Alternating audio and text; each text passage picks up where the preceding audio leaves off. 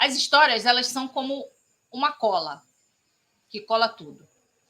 E as histórias ancestrais, elas trazem, como dizem os parentes, né? Elas trazem, e como dizem aqui algumas coisas, aqui, por exemplo, no Nós, do Daniel Munduruku, o prefácio aqui, que é feito pelo Maurício Negro, ele diz assim, olha, a chamada literatura indígena carrega esse desejo profundo de reatar e fortalecer os laços entre todos nós, de uma sabedoria antiga, cujos ecos ainda estão por aí pedindo reforço em palavras e imagens.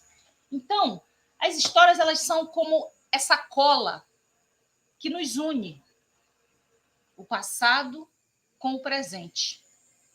E os indígenas, né, alguns povos, eles não falam, eles não pensam no futuro, porque o futuro não existe ainda.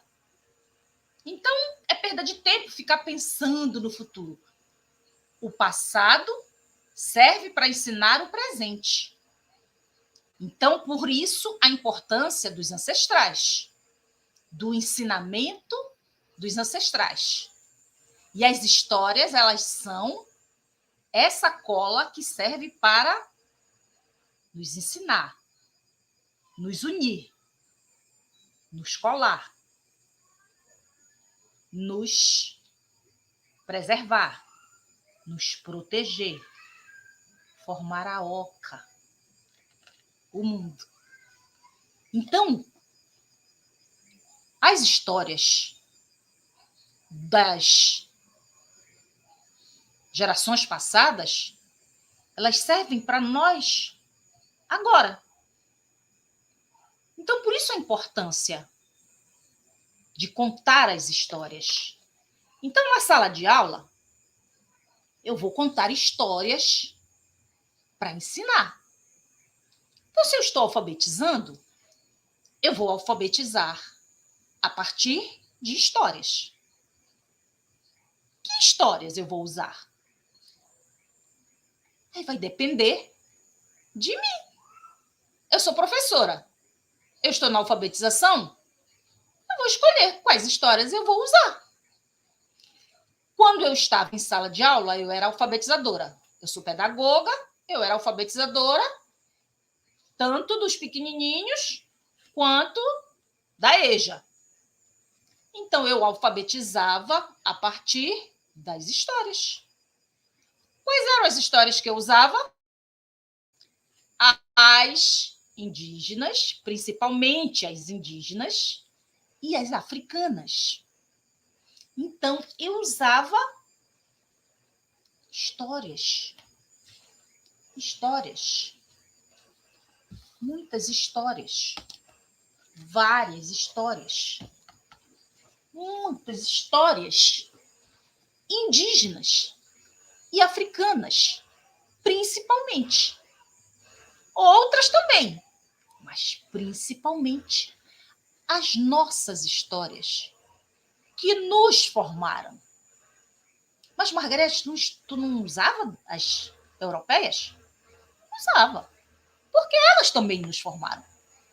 Mas eu usava principalmente as histórias dos povos tradicionais e as histórias dos povos que foram colonizados.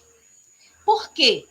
Porque são esses os povos que formam, que forjam a maioria do povo brasileiro. Porque da minoria não me interessa. Porque a minoria são os colonizadores. E para que diabo eu vou ficar falando da minoria? A minoria são os colonizadores, a minoria são a elite. Para que eu vou ficar falando da elite para os meus alunos? Para eles ficarem trabalhando para os interesses da elite? Claro que não. Eu tenho que falar para eles da história que interessa aos interesses deles, para que eles se enxerguem naquilo que lhes interessa. Aí, então, eu trago as histórias dos povos que formam a maioria do povo brasileiro, que são os povos de África, que vieram de África, e os povos indígenas. Assim, eles reconheciam-se naquelas histórias, assim, eles aprendiam a reconhecer a importância das histórias daqueles povos, e assim, a partir daquelas histórias, eles poderiam aprender a reconhecer a importância desses povos do povo brasileiro. Mas, Margarete, dava certo? É óbvio que dava. Por exemplo, na EJA, eu tinha uma aluna que ela era bem negra, negra retinta. Aí, no primeiro ano comigo, porque os alunos... Gente, também tem uma coisa. O trabalho pedagógico, o trabalho escolar, ele não é uma coisa que vai mudar a cabeça do teu aluno assim. Contei 3 histórias. Já mudou a cabeça do meu aluno. Não é assim. Né? Conscientização não é uma coisa que acontece de uma hora para outra. Os alunos da EJA, eles costumam passar 2, 3 anos contigo. Às vezes até mais. Eles, às vezes, vão para a escola só para socializar. Eles não querem nem sair dali. Quando eles gostam da professora, então, eles não querem nunca mais largar. Eu tive aluno que eu entrei na escola, eu saí da escola e eles continuavam lá comigo. Eles iam só para socializar. E aí, mas Margarete, mas aí tu não garante? Garantia. De quem queria sair, de quem ia para a escola, para ir se alfabetizar, continuar os estudos, ir-se embora, e fazer... Eu garantia, que eu não estou doida. Mas quem não queria, quem ia para lá, apenas socializar... Janete está me dando uma paula. Para quem ia para lá socializar... Tem um grilo pulando bem aqui. Quem ia para lá socializar, eu garantia o interesse do aluno. Muito obrigada. Aí, então, tinha uma aluna negra, de pele retinta, bem crespo. Logo que ela chegou, eu perguntei para ela. Eu fazia lá um teste, como é que chama? Uma diagnóstico com eles. Aí eu perguntava, qual a sua cor? Aí ela disse, eu sou morena cor de jambo. Aí eu, morena cor de jambo. Aí tá. No segundo ano, qual a sua cor? Aí ela, morena cor de jambo. Porque eu fazia todo ano, eu fazia a diagnose, mesmo já tendo feito no outro ano, eu fazia todo ano, toda vez. Aí no terceiro ano, qual a sua cor? Ela disse negra. Aí eu, oi? Ela falou, negra, professora. Eu falei, certamente, negra. Aí no quarto ano, Dona Dilma, olha o nome dela, era Dilma. Dona Dilma, qual a sua cor? Negra.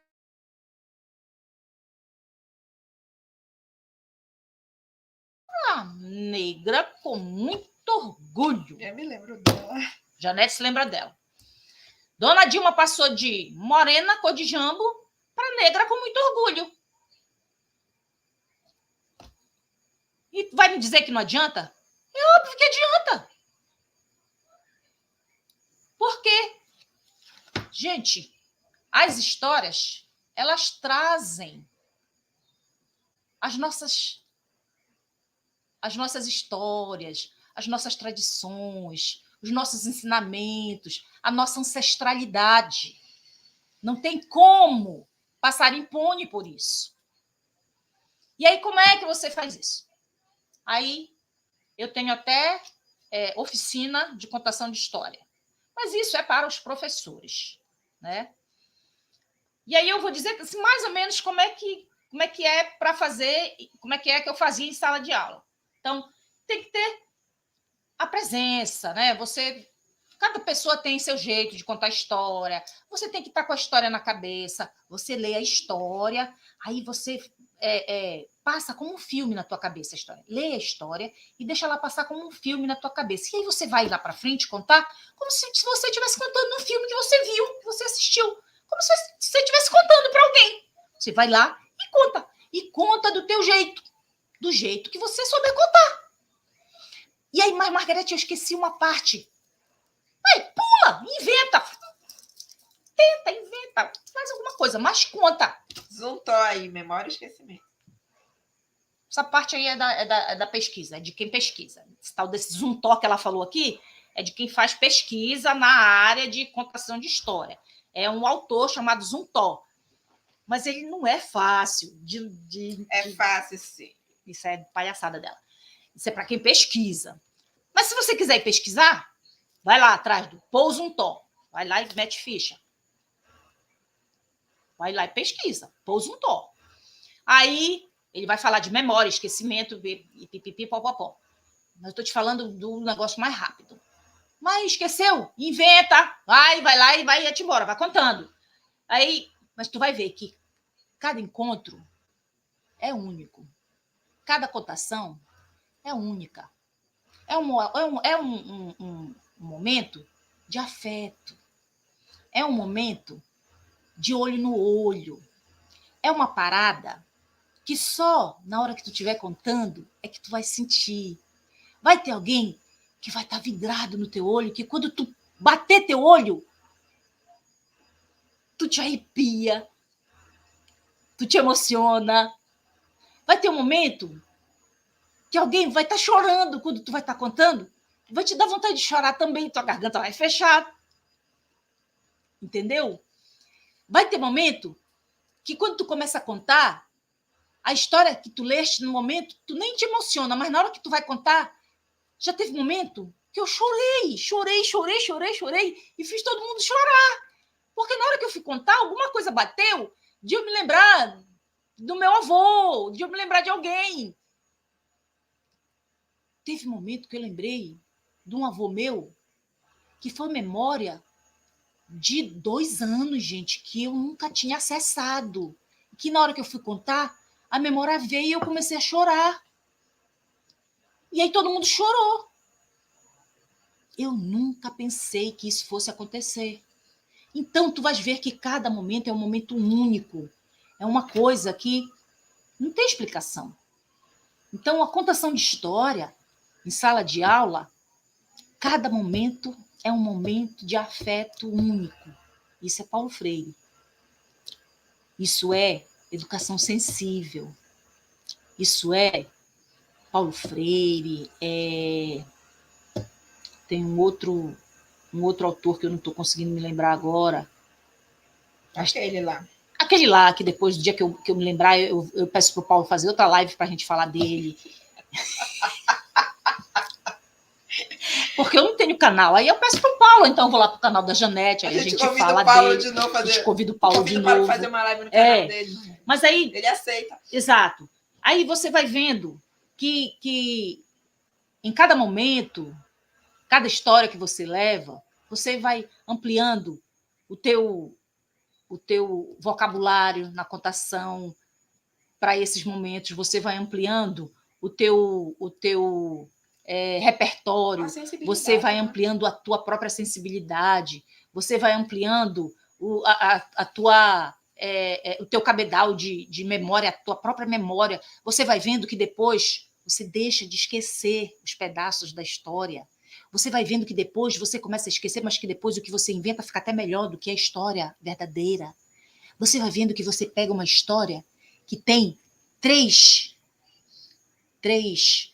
personagens. Não, 3, como é que chama? Parágrafo. E você consegue aumentar ela para 15 minutos. Tá? Você vai vendo que você consegue fazer miséria com uma história. Você vai vendo que você consegue pegar uma história e você pega pedaços da história e você parte de frases da história para palavras da história, para sílabas da palavra, até chegar nas letras da palavra, e você alfabetiza as crianças. E depois você vai ver que você consegue ver que as crianças já estão lendo algumas palavras até de outras partes da história.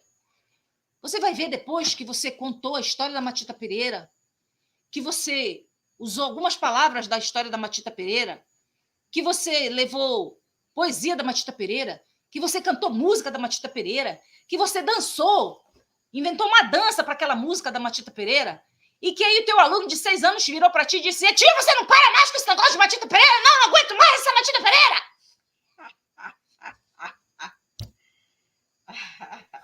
E aí tu olha pra cara do moleque e ele tá vermelho de puto e tu não aguenta mais e não consegue mais parar de rir da cara do moleque, porque o moleque tá putinho com a tua cara, porque tu não para mais de falar de Matita Pereira pra poder alfabetizar o moleque. Enquanto tem uns lá, Matita, ele já sabe ler, ele já conseguiu ler tudo e ele não aguenta mais. E assim, tu vais usando, porque a gente é feito de narrativa. E aí a gente vai usando as narrativas de todos os tipos. Isso faz diferença para eles também, né? É porque nós somos seres sociáveis. E nós somos narrativas. Quando eu preciso contar alguma coisa que aconteceu comigo para a Janete, eu estou contando uma história. Por quê? Porque eu sou narrativa. Quando a gente acorda de manhã, a gente já acorda com uma narrativa na cabeça. O que eu preciso fazer? Quando eu preciso mandar um e-mail, quando eu preciso... Tudo na vida é narrativa.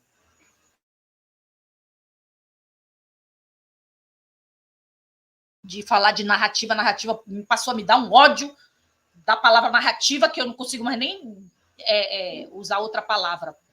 Infelizmente, que eles pegaram essa palavra e passaram a usar esse bando de... Não sabe nem o que é uma narrativa. Meu irmão mais velho é bolsominion, aí...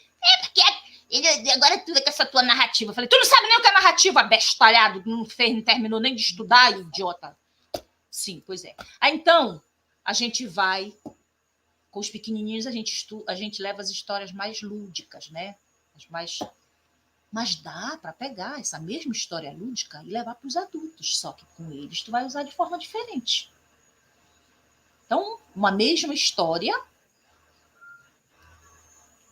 que você leva para as crianças, você leva de forma mais lúdica, mas para os adultos você pode levar de uma forma mais, né?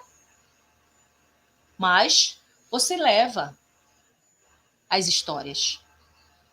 E eu levava, por conta do trabalho com o xamã, eu levava mais as histórias indígenas e as africanas.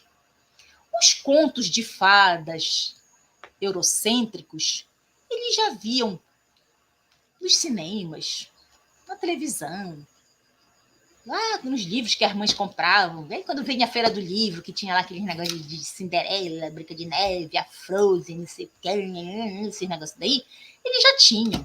Não precisava mais eu levar esse treco. Eles mesmos já traziam. As meninas pequenininhas lá até me fizeram dançar Frozen com elas. Eu dancei, minha gente, porque as bichinhas, né? E não pode negar. Não podia negar. Aí vieram me pedir, e elas eram até já... Foram minhas alunas, passaram por mim, já estavam no 2º ano. Aí vieram de lá, me pediram, quase chorando, tia, por favor, faz uma dança da Frozen, dança com a gente. Ai, minha gente, eu fiz a dança, ensaiei com elas. Aí a minha sobrinha, que tinha uma amiga que fazia esse negócio de animação de festa, me mandou toda a roupa da pequenazinha lá, da... O nome dela? Let it go, let it go. A Elza, a outra era a Ana, porque só vem a Ana na minha cabeça, e a Elza nunca vem. Aí me vesti de Elza, fui dançar Frozen com elas. Então, as eurocêntricas, as europeias, as americanas, essas daí elas já veem em todo lugar. O que elas não veem são as indígenas e as africanas, e essas eu levava para elas. Então, A ancestralidade nossa, que os nossos alunos em sala de aula não têm acesso, a gente precisa levar. E aí, eu levava e fazia todo um trabalho com a professora da biblioteca para a gente colocar em evidência as nossas histórias que tinham lá. Que foi? O Paulo, que fica fazendo os comentários dele, eu fico rindo. A gente já vai falar um pouco de alguns eventos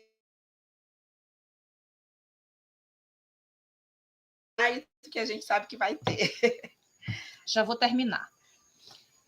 E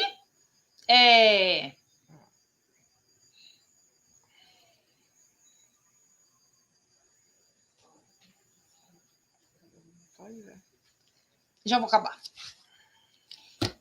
Let it go, let it go, let it go. Sim. Então, a importância de levar as nossas histórias dos nossos povos ancestrais é que os nossos alunos, eles não têm acesso a isso, senão por um trabalho feito pela escola ou por outras instituições ou ONGs, ou porque em casa só se houver uma sensibilidade muito grande, né, do povo de casa, ou então, porque em muitas escolas também não tem, né? Se não tiver um pessoal mais antenado para essa história aí, também a gente não vai encontrar.